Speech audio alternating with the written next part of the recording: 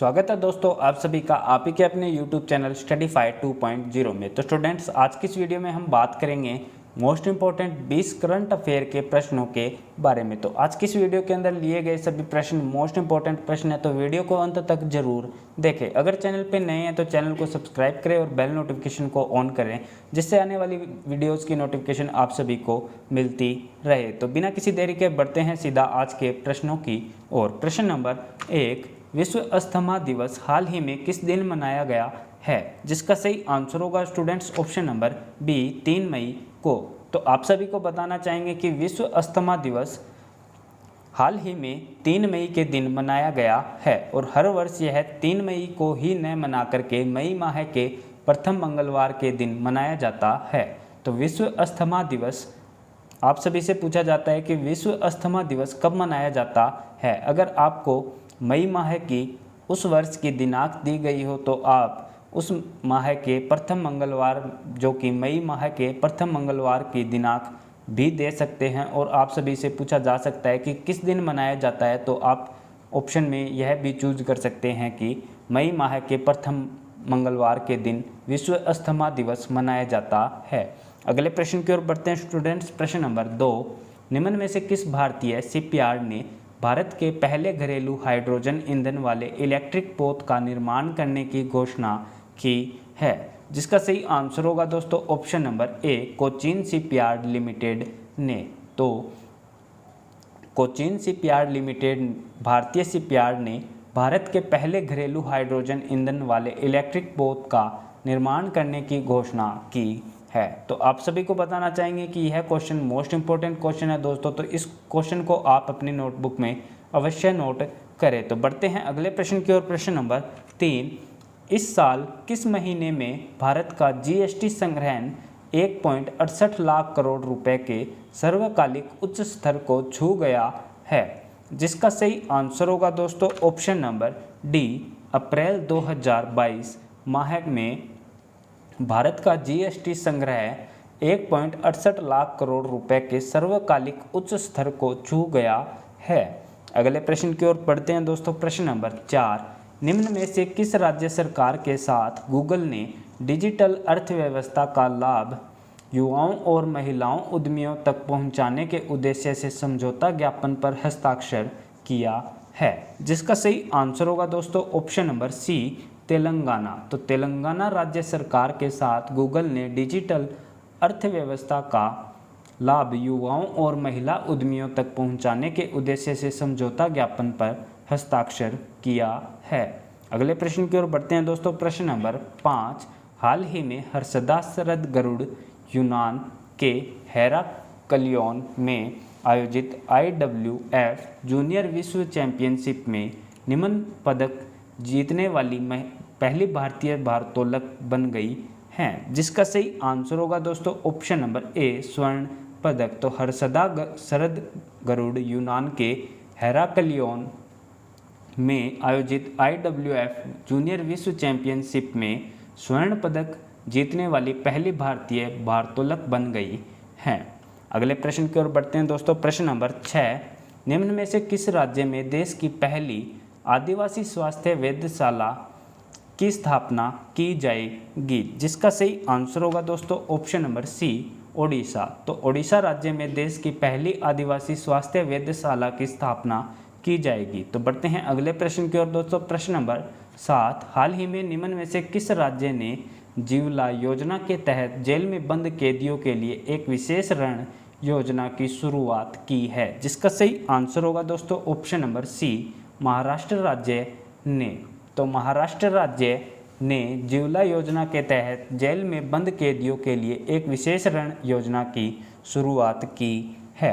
अगले प्रश्न की ओर बढ़ते हैं दोस्तों। प्रश्न नंबर 8, अंतर्राष्ट्रीय अग्निशामक दिवस किस दिन मनाया जाता है? जिसका सही आंसर होगा दोस्तों ऑप्शन नंबर डी, 4 मई के दिन अंतर्राष्ट्रीय अग्निशामक दिवस मनाया जाता है। बढ़ते हैं अगले प्रश्न की ओर। प्रश्न नंबर 9, निम्न में से किस राज्य के मियाँ का बड़ा रेलवे स्टेशन का नाम बदलकर महेश नगर होल्ट कर दिया गया है? जिसका सही आंसर होगा दोस्तों ऑप्शन नंबर सी, राजस्थान। तो राजस्थान राज्य के मियाँ का बड़ा रेलवे स्टेशन का नाम बदलकर महेश नगर होल्ट कर दिया गया है। तो अगले प्रश्न की ओर बढ़ने से पहले स्टूडेंट्स आप सभी से रिक्वेस्ट है कि अगर आपने अभी तक चैनल को सब्सक्राइब नहीं किया तो जल्दी से चैनल को सब्सक्राइब करें और बेल नोटिफिकेशन को ऑन करें, जिससे इसी प्रकार की वीडियोस की नोटिफिकेशन आप सभी को मिलती रहे। तो बढ़ते हैं अगले प्रश्न की ओर। प्रश्न नंबर 10, हाल ही में निम्न में से किस राज्य सरकार के कर्मचारियों को देय महंगाई भत्ते की दरों में 5% की बढ़ोतरी करने की घोषणा की गई है? जिसका सही आंसर होगा दोस्तों ऑप्शन नंबर डी, छत्तीसगढ़। तो छत्तीसगढ़ राज्य सरकार ने कर्मचारियों को देय महंगाई भत्ते की दरों में 5% की बढ़ोतरी करने की घोषणा कर दी है। अगले प्रश्न की ओर बढ़ते हैं दोस्तों। प्रश्न नंबर 11, हाल ही में भारतीय अंतरिक्ष अनुसंधान संगठन शुक्र ग्रह के सतह के नीचे क्या है, इसका अध्ययन करने के लिए उसकी कक्षा में कब तक एक अंतरिक्ष यान भेजने की घोषणा की है? जिसका सही आंसर होगा दोस्तों ऑप्शन नंबर डी, दिसंबर 2024 तक। अगले प्रश्न की ओर बढ़ते हैं दोस्तों। प्रश्न नंबर 12, हाल ही में जीन बैंक परियोजना स्थापित करने वाला निम्न में से पहला राज्य कौन बन चुका है? जिसका सही आंसर होगा दोस्तों ऑप्शन नंबर डी, महाराष्ट्र। तो जीन बैंक परियोजना स्थापित करने वाला पहला राज्य महाराष्ट्र राज्य बन चुका है।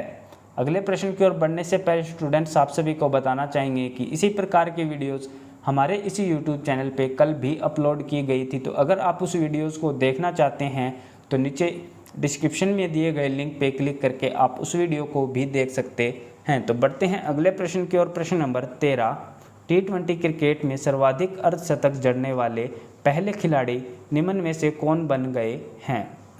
जिसका सही आंसर होगा दोस्तों option number B, David Warner. तो अगले प्रश्न की ओर बढ़ते हैं दोस्तों। प्रश्न नंबर 14, भारत के प्रथम स्वदेशी विमानवाहक पोत INS विक्रांत को निम्न में से किस शिपयार्ड ने बनाया है? जिसका सही आंसर होगा दोस्तों option number A, Cochin shipyard limited ने। तो भारत के प्रथम स्वदेशी विमानवाहक पोत INS विक्रांत को कोचीन शिपयार्ड लिमिटेड के द्वारा बनाया गया है।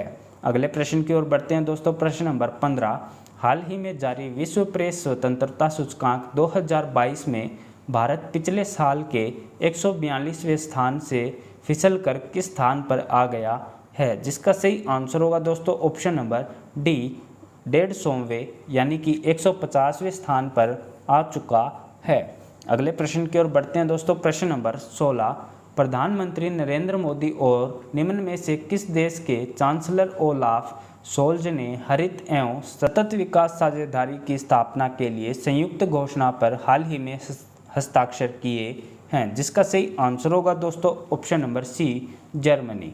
अगले प्रश्न की ओर बढ़ते हैं दोस्तों। प्रश्न नंबर 17, हाल ही में निम्न में से किस वरिष्ठ राजनयिक ने भारत के नए विदेश सचिव के रूप में कार्यभार ग्रहण किया है? जिसका सही आंसर होगा दोस्तों ऑप्शन नंबर बी, विनय मोहन क्वात्रा ने। तो हाल ही में विनय मोहन क्वात्रा वरिष्ठ राजनयिक ने भारत के नए विदेश सचिव के रूप में कार्यभार ग्रहण किया है। तो बढ़ते हैं अगले प्रश्न की ओर। प्रश्न नंबर 18, हाल ही में निम्न में से किस संस्था की मुद्रा और वित्त की हालिया रिपोर्ट के अनुसार भारतीय अर्थव्यवस्था को कोविड-19 महामारी के प्रकोप से होने वाले नुकसान से उबरने में 1 दशक से अधिक समय लग सकता है? जिसका सही आंसर होगा दोस्तों option number C, Reserve Bank of India को। अगले प्रश्न की ओर बढ़ते हैं दोस्तों। प्रश्न नंबर 19, विश्व प्रेस स्वतंत्रता दिवस किस दिन मनाया जाता है? जिसका सही आंसर होगा दोस्तों ऑप्शन नंबर बी, 3 मई को। तो विश्व प्रेस स्वतंत्रता दिवस हर वर्ष 3 मई के दिन मनाया जाता है। अगले प्रश्न की ओर बढ़ते हैं जो कि इस वीडियो का लास्ट प्रश्न होने वाला है।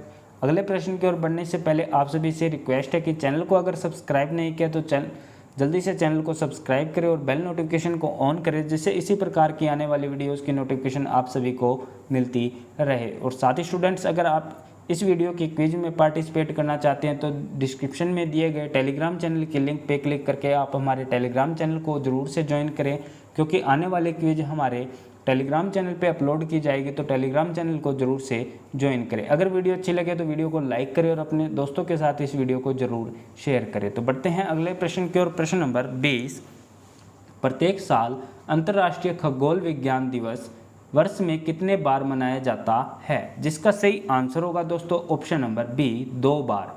तो प्रत्येक साल अंतर्राष्ट्रीय खगोल विज्ञान दिवस वर्ष में 2 बार मनाया जाता है। तो धन्यवाद स्टूडेंट्स, आप सभी का इस वीडियो को अंत तक देखने के लिए। आप सभी का दिन शुभ हो।